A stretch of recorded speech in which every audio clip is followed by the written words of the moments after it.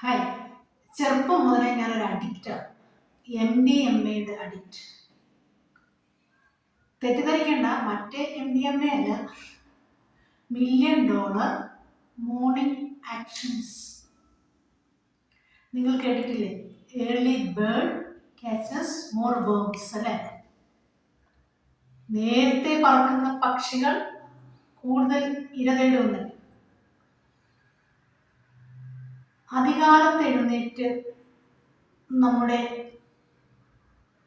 ഉദ്ദേശ ലക്ഷ്യങ്ങൾക്ക് അടിസ്ഥാനമായി ഒരു ചെറിയ കാര്യം വളരെ ഇൻറ്റൻഷനലായിട്ട് ചെയ്തിട്ട് ദിവസം തുടങ്ങി നോക്കും. മാജിക്കുകൾ സംഭവിക്കും.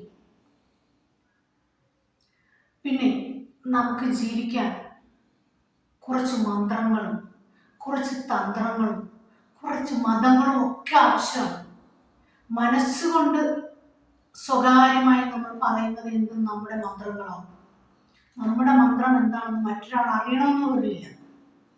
തന്ത്രങ്ങൾ, നമ്മുടെ ശരീരം കൊണ്ട് നമ്മൾ ചെയ്യുന്ന ചില കർമ്മങ്ങളുണ്ടല്ലോ, സ്വതന്ത്രങ്ങൾ.